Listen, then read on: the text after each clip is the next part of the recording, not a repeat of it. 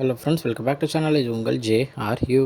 ஒரு சூற காத்து காத்து காத்து என்ன பார்த்து சூற காத்து காத்து. ஸோ இன்றைக்கி நம்ம ஹரிஷ் கல்யாணுடைய டீசல் படத்தை பற்றி நம்ம பார்க்க போகிறோம். ஸோ டீசல் படத்துடைய ட்ரெய்லர் வந்து ரிலீஸ் பண்ணியிருக்காங்க. ரொம்ப மாதங்களாகவே இந்த படம் வந்து எடுத்துகிட்டு இருந்தாங்க அப்படின்னு சொல்லணும். சண்முகம் முத்துசாமி அப்படின்ற ஒரு டெபியூட் டேரக்டர் இந்த படத்தை வந்து எடுக்கிறாரு.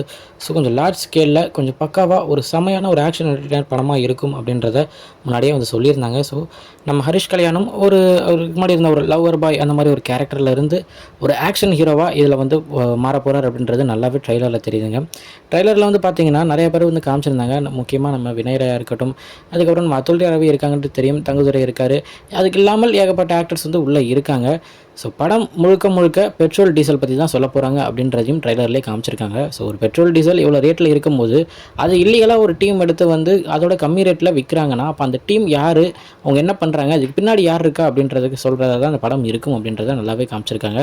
ஸோ நம்ம ஹரிஷ் கல்யாண் ஒரு லோக்கலான ஒரு பர்ஃபார்மன்ஸ் கொடுக்க போகிறாரு அப்படின்றதும் நல்லாவே இந்த ட்ரெய்லர் வந்து காமிச்சிருக்காங்க.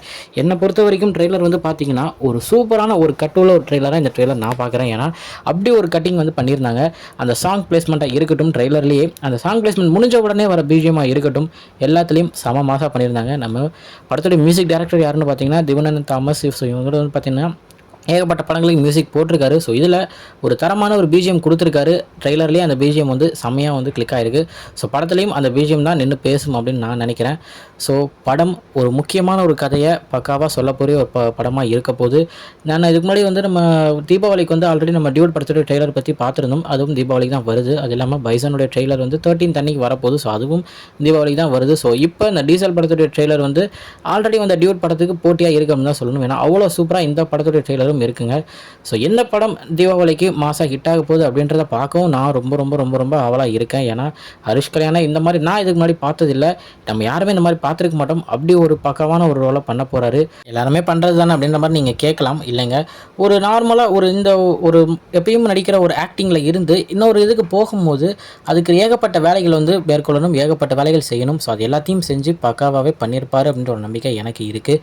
ஸோ வெயிட் பண்ணி பார்ப்போம். ஒரு பிளாக் பஸ்டர் திரைப்படமாக அமையும் அப்படின்ற ஒரு நம்பிக்கை எனக்கு இருக்குது. நான் கன்ஃபார்ம் சொல்கிறேன், படம் 100 கோடி அடித்தாலும் சொல்கிறதுக்கு இல்லை. நான் ஏன் இப்படி நீ இப்படி சொல்லலாம் அப்படின்ற மாதிரி நீங்கள் கேட்கலாம். ட்ரெய்லர் பார்த்தாலே பக்காவாக தெரியுதுங்க. ஸோ படம் வரட்டும், வந்த உடனே தேட்டரில் போய் பார்ப்போம். பார்த்துட்டு படம் எப்படி இருக்குது அப்படின்றத மறக்காமல் ஒரு ரிவ்யூ வீடியோவும் போட்டுடலாம். ஓகே ஃப்ரெண்ட்ஸ், இதுதான் இன்றைக்கி நம்ம ஹரிஷ் கல்யாணுடைய டீசல் படத்தை பற்றின ட்ரெய்லர் பற்றின ஒரு சின்ன ரிவ்யூ வீடியோ இன்னொடையில் உங்களுக்கு பார்க்குறேன். அது வரைக்கும் உங்கள்கிட்ட இருப்பது உங்கள் ஜஸ்மின்.